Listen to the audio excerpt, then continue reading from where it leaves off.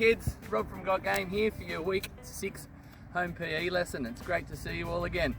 Today's focus is on fundamental movement skills. You guys have probably heard about that before, but we're going to explain in detail what that means today, and we're going to give you 12 different fundamental movement skills to challenge yourself. Fundamental means at the core of everything, all right? It's the basic thing that you need to be able to do well before you can progress into other sports. Alrighty, you just saw me perform what we call a two-handed strike and a kick, and by the end of the day, I want to see how creative you can be, and you can show us your best skills and challenges in order to win a Got Game prize pack. There'll be more information on that later. Anyway, let's get started now. I have got my trusty whiteboard here today. These are some of the challenges that we're going to try to get through. And the first one says static balance. Now, the word static means that we should be really still. So we're going to be as still as we can when we balance, but we're going to have lots of different levels of challenges for you. All right, so we're going to start off with just balancing on one foot. So anyone who's done Got Game gymnastics will know that when you balance, you need to look at something still and try to keep your body really even on both sides. I'm going to start with just hands out, lifting up and finding my still spot, holding that for 10 seconds. Do it with me, guys. 5, 4, 3, 2, 1. Now that's a pretty easy one. All right, but we want to keep doing that until you can do that for 10 seconds, maybe even longer. All right, next one, we're going to make it slightly harder. We call it a tree pose. So same position, but I'm then going to get my leg up and out at 90 degrees. Oop. I've fallen down, so I've got to really concentrate and see if I can do it for 10 seconds. Here we go. I'm going to make my branches up and stuff. 10, 9, 8, 7, 6, 5, 4, 3, 2, and 1. Now looking at that still spot made it a lot easier for me. Next one, we call this one an arabesque. It's a lot harder again. Arms forward, and then we've got to lean onto our front foot and lift our back leg as high up as you can. And let's go. 10, 9, 8, 7, 6. Now boys and girls, Rob's just doing these on one foot for the demonstration, but you need to try and do these on both of your feet. I always like to use my left leg because that's my dominant leg and it makes it easier for me. But yeah, like Hayden said, try using both your feet. Alright, so we've done a lot on one foot. Now this time we're going to try something different, and it's called a V-sit. We're going to use these muscles in here. Everyone should know what they're called by now. Our core muscles. Alright, so this is what we call an L-sit. That's where you're going to start for this position. But when you're ready, I'm then going to see if I can get onto my bottom and hold my feet up and hold this for 10, 9, 8, 7, 6, 5, 4, 3, 2, and 1. You can see I was shaking a little bit there because my muscles are working hard to keep me nice and still. Alright, V-sit's a tricky one. Let's see if you can tick that one off. Okay, next one we're going to do is a front support hold. This is more of a strength hold. Now we're going to go onto 2 hands and straight underneath our shoulders, holding nice and firm, not arched up or down, and holding for 10, 9, 8, 7, 6, 5, 4, 3, 2, 1, and then turning into back support now. So pushing all the way up, straight arms, hips as high as you can go. 6, 5, 4, 3, 2, 1. All right, last one that we're going to do today to make it a little bit of a challenge. I'm going to do a side plank. All right, so I'm going to be like this on my arm and the other arm up. 10, 9, 8, 7, 5, 4, 3, 2, 1, and done. All right, they're just some examples of some static balances. All of them are going to help improve your balance, get your core muscles working, and I want you to come up with some of your own, get as creative as possible, and film or record those ones so that we can see what you can do. All right, let's get on to the next challenge. 1, Thanks for that, Rob. Great to see some static balance poses there. Hey boys and girls, it's Hayden here with your second fundamental movement skill for the day. We're going to be having a look at the sprint run. Now, we did touch on this, I think it might have been in your lesson 2 weeks ago with Rob, when we did our Olympics themed activities. So we should have a bit of an idea of how to do the sprint run, but I'm going to refresh your memory very quickly today. So when we're doing our sprint run, I'm just going to start with our standing start position. We can do our crouch or our 3-point, but I'm just going to do standing today. All right. Now remember, when you're running, it's really important that you keep your body upright. Okay. Keep your eyes forward and your chin up. We don't want to be leaning forward or leaning backwards. And it's important that you bend your knees and your arms when you're running, and we go opposite arm to opposite leg as we're running. Okay. Your arms come right up to your cheek, near your chin, to really pump that body and get that momentum going forward. Okay? Let's see how fast you can go, guys. All right, so we're not going to do too long of a run because I know some of you maybe in your backyards may not have a whole lot of space. Cone to so cone. We're just going to do a short run up and back, practicing those things I just spoke about. All right, so Rob's going to give me a count in, and then I'm going to push off, and off we go. On your marks, set, go. Oh, he's quick. I think he's got me beat. Here he comes again. Beautiful. See how many you can maybe do in a minute, as always, and just try to get faster and faster with that one. Yep, if you've got more space, obviously you can run a little bit further, and like Rob said, time yourself, try and get quicker, and see how you go. All right, boys and girls, time for challenge number 3. This one's called the vertical jump. All right, and there's a thing that you can do called the vertical jump test, and we're going to try and do a version of that now. All you need for this is somewhere that you can stand next to. For me, I'm using a telegraph pole. Maybe you've got a brick wall at home that you can use. And if you do, get some chalk. Chalk's really good because you can mark your height and it can wash away without damaging things. But again, before you do this, ask Mum and Dad's permission that you can mark up the wall that you're going to use. Or if you want, you can use a sticker. Now I've got a band-aid even today. I'm going to try it out. And the idea is to mark how high you can jump at your peak and then see if you can beat it. Alrighty. So I've got my band-aid. Get it out. And I hold it in this hand closest to the pole here. And when I jump, I want to get nice and low and then really release high and push up against the wall there. Let's give it a go. Ready? You can see up there, I've got my mark, and that is going to be what I need to beat. Now I don't have chalk here, but I've actually got a sandstone rock that'll help me mark that and see if I can beat it. Go down nice and low again, and try to get higher on that one. Oh, it looks like almost exactly the same. I knocked the band-aid off with my rock.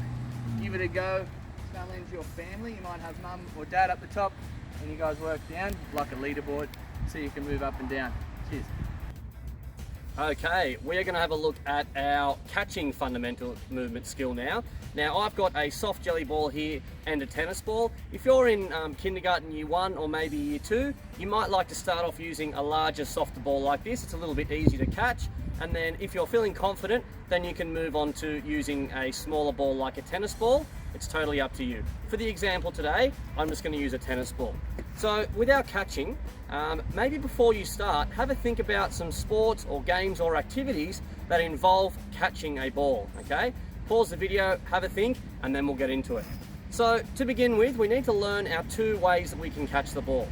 If the ball is coming below about chest height, we want to use the fruit bowl technique. And what we do there is we interlock our pinkies together and we have our palms facing upwards so that we can catch the ball lower, all right? And then if the ball's coming about above chest height, okay, we need to do our 10 fingers to the sky technique, where our fingers, as you can see, are pointing to the sky to allow us to catch the ball if it's coming down on us, all right? So to begin with, let's start a couple of fruit bowl technique catches. I'm just going to simply throw it up and catch. Throw it up and catch. See how I'm using soft hands when the ball hits my hand? We don't snatch at it. I don't want to see any alligator snaps towards the ball. Let the ball come to you and give with the ball. Give with means when it hits your hand, you actually bring it in towards your chest to allow that soft entry, okay? Once you're catching with 2 hands, maybe you can start trying to catch with 1. So throwing with your right, catching with your right. and then you can switch to your left side, throwing with your left, catching with your left.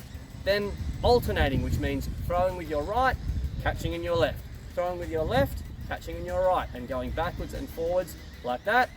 Once you're getting really good, try throwing it a bit higher and add some claps in there as well. So I might try and do 5 claps when I throw it. 1, 2, 3, 4, 5. See what I had to do then, boys and girls? I had to move to the ball. It's not always going to come straight perfectly to you. You may need to move to the side, forward, or even backwards, depending how the ball's traveling towards you. Now I'm going to practice a couple of fingers to the sky catches, all right? So I'm going to throw it high and see how I'm getting nice and low. Throw it high, 2, 3, 4, and catching fingers to the sky. Now, here's another challenge for you. I'm going to throw it in the air, see if I can do a 360 turn, and then catch it safely. Let's see if I can do it. Ready? Oh no. Caught it. Wasn't very pretty, but I got it. Let's try again. Oh, it's kind of tricky. Now, I'm going to use the wall now, because if you've got someone you can do it with, your mum or dad, brother or sister, you can do partner catches. But if you don't, if you've got a solid wall like this, you can also practice your catching on here. So you can do the same things you practice in the air, but on the wall. So you can practice catching like this. Whoop, whoop. I didn't watch the ball. I got to watch that ball. There we go. Practice some low ones, down low. Practice going left to right. Okay, you can practice the catches as well. Oh, watch the ball, Hayden. All right. So you can really do whatever you want. Practice a whole lot of different skills. Make it harder for yourself. It's totally up to you. But remember, keep your eyes on the ball. It's the most important thing. When I drop the ball then, I know I wasn't watching it, okay? Good luck with those. Fun. Righto guys, I hope you had fun with those catching drills with Hayden. Get as creative as you can with those. Try different balls, different activities with them. Alright, for the next challenges, we're going to tick off 3 in a row. We're going to do hop, side gallop and skip all in one go. And all you need for this is 4 cones. I've set them up in a straight line here, and I'm going to perform different skills from each cone. Alright, these are ones that you probably already know. So hopping obviously just means on one leg, and we're moving forward. Alright, you can try to get as quick as you can to the yellow cone, or see if you can do it in the least amount of hops as possible. Alright, let's try that one. Again, use your dominant leg. My dominant leg when I jump is my left leg. I use that for high jump and long jump. Let's give it a go. Alright, I'm going to see how many hops it takes me to get to the yellow cone. Ready? Alright, so it's about 4. And you can see I was using my arms to swing. Alright, this time I'm going to just do it for speed. And cool, a little bit faster. Next one we're going to do is called side galloping. So when you do side gallop, starting sideways, and we do step together and hop up. Okay, come back the other way. And again, you can see how many leaps it takes you to get there. 1, 2, 3. Back the other way. 1, 2, 3. Alrighty, we've got 1 more to go. And the third skill that we have to do today is the skip, and that is actually 2 movements together. So we say step, hop, and we should be swinging our arms as we go. Alright, so I'm going to skip all the way to the white cone and back and see how I can do it. Alright, now once you've got all your movement skills, try to combine them. Alright, last quick go. I'm going to do my hop, side gallop and skip. And go. Hop. Side gallop. Easy. Now if you want to challenge yourself with extra additional skipping activities, you've got a rope, find some space, and all you're going to be doing is going over. Get creative. Oh, double under. Crossover, Rob. Cool. Thanks guys. Fun. Alright, I hope you had some fun with those other skills. Now we're going to move on to our next one, which is the overarm throw. I'm lucky because I got a vortex, a foxtail and a tennis ball, but all you need for this is something that you can throw. Most of you should have a tennis ball. Make sure it's something that you can fit in your hands, not too large. We're going to be throwing for distance today. What I want is somewhere that's like my marker, so I can then throw and see if I can beat my throw each time. I'm going to hold the ball in my dominant hand. For me, I'm a right-handed person. I use that to write with, and that's my throwing arm. All right, and I've got to stand side on to where I want to throw it. I'm actually trying to throw that way, but I don't want to throw it like this because that's incorrect technique and I won't get power. All right, so how I'm going to do it is I'm going to hold the ball here. I'm going to put my weight onto my back leg, have a nice high arm, and as I come through I do point, step, twist, throw and release nice and high. All right, let's give it a go. All right, back like this. 1, 2, 3. And I'm pretty happy with that. All right, next one. Foxtail, let's try it again. One more from standing still, and then we're going to do a little bit of a runner. We did that in the javelin videos last week. So remember, it's point, step, twist, throw, release high, and not quite as far as the tennis ball. Lucky last, I'll use my vortex. I'm going to take a small run up for this one. Got a visitor here. All right, when you do this one, you're going to do a little bit of a side gallop like we did before. So I'm going to do 1, 2, 3, and throw. And my back leg comes behind on that second step. Let's give it a go. I'm going to do 1, 2, 3. And that one's gone the furthest yet, which helped because I had my little run up. Good luck with it. See who can throw the furthest in your family. Action. Nice work, Rob. Our next fundamental movement skill is our leap. Now, a leap's a type of skill that you're probably actually performing more often than you think. It could be leaping in a gymnastics routine. It could be leaping into a pool.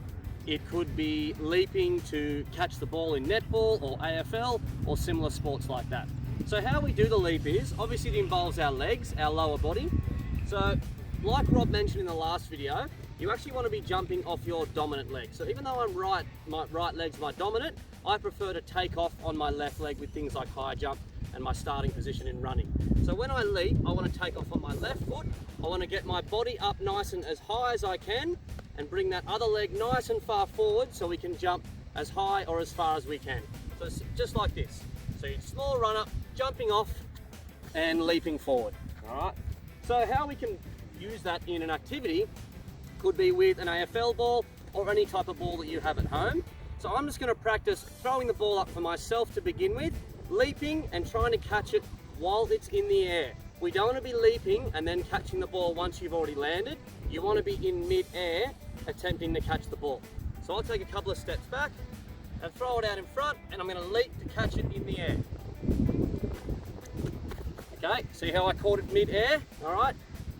You might like to throw it a bit to the side, so you have to run to the side and catch it. Nice work. Now, if you do happen to have someone at home who can be your partner, so I'm going to give the ball to Rob now, and he's going to do a bit of a kick to me that I have to run forward and lead to, and then leap in the air. So it's a bit more difficult now that someone else is kicking it to me, okay? Let's see if I can catch it mid-air. Let's see if I can kick it first. One-handed, this is tough. All right, you ready, Hayden? Yep. Ah, lovely leap, mate. So there we go. See how I caught it mid-air? Obviously you need to keep your eyes on the ball, watch it the whole way. Otherwise you won't be able to time your jump, your leap good enough to be able to catch it in the air. Let's do one more.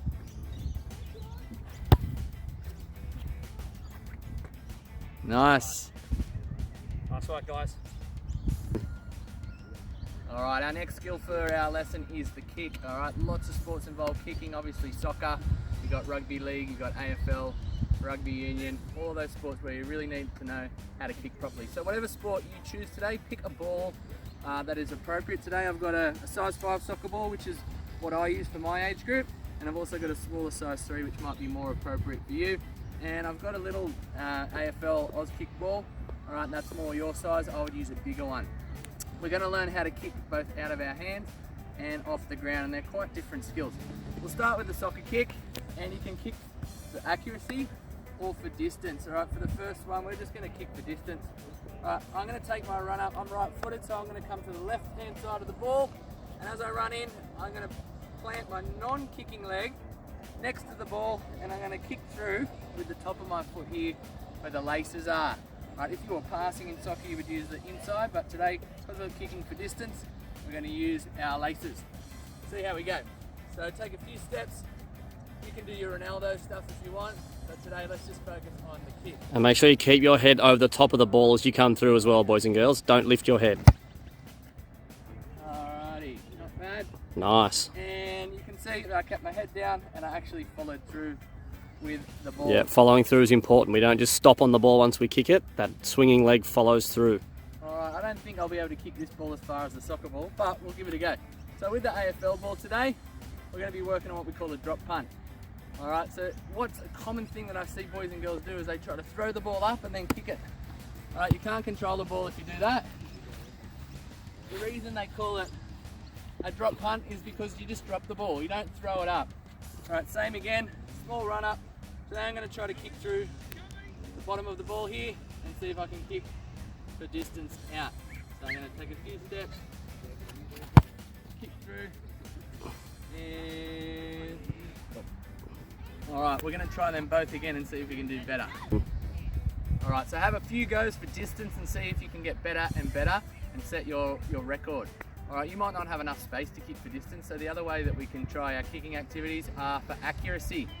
Now I'm going to use both the soccer ball and football again, and the other side there's that red or pink jelly ball. That's my target today. You can use anything you have at home. So we'll start with soccer. Here goes nothing. So this time around I am going to use the inside of my foot like a pass and see if I can get it close over to that red ball. So I take my run up.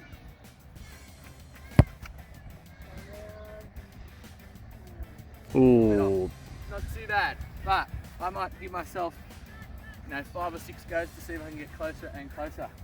Same with footy ball, probably going to be hard for me to get that distance because this is a really light ball, but we're going to give it a go. Because I want to go for accuracy again, I'm going to really aim with my leg and my hand towards that ball. Oh! Oh! Super close. Give it a go and see if you can do better. Cheers. Now it's time for the two-handed strike. Once again, there's lots of different sports that involve some kind of bat and striking the ball with 2 hands. You've got softball, t-ball, baseball, cricket, golf, tennis, badminton. Try and think of some more if you can. But today we're going to have a look at the two-handed strike using your straight bat shot in cricket. Alright, so if you don't have a cone or a golf tee or anything that you can get the ball up high off the ground, that's okay. You can just place a tennis ball on the grass or the concrete, that's fine. So, your first thing is to remember your grip. I'm right-handed, so I need my right hand at the bottom of the handle closest to the bat, and my left hand goes straight on top. We don't want a big gap between our hands. We want our hands close together on the bat so we can control our shot better. Now, in terms of our stance, you don't want to be standing front on to where you're hitting it.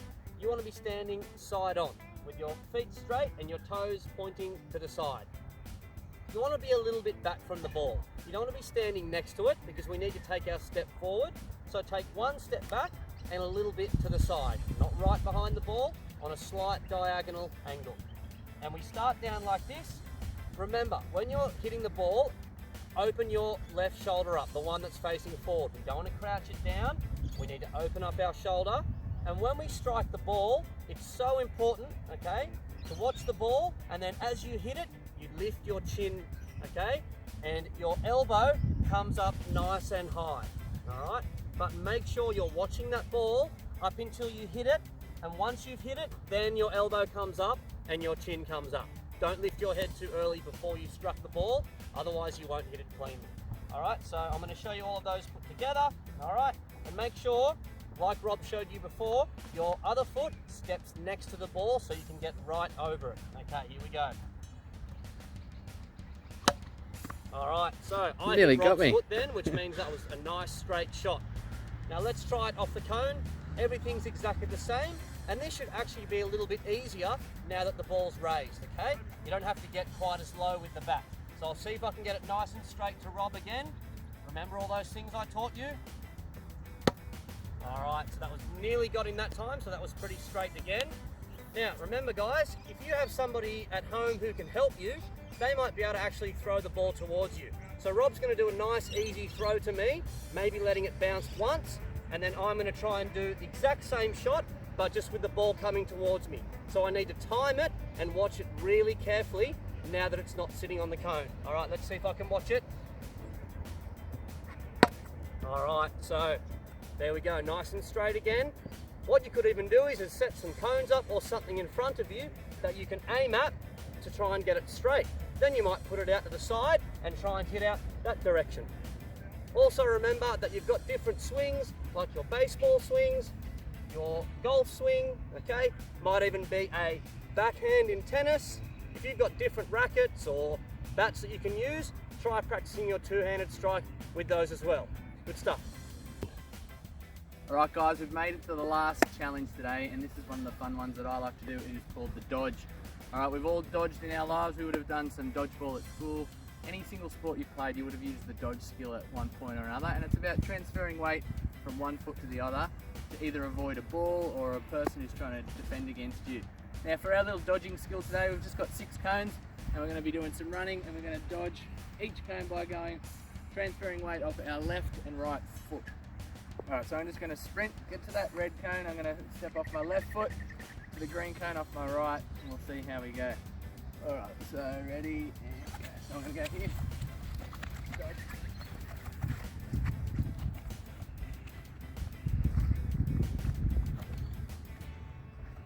Back again. So you need to slow down just that little bit as you get to the point where you need to dodge so that you don't fall over or trip over, and you can push off nicely. Nice work, Rob.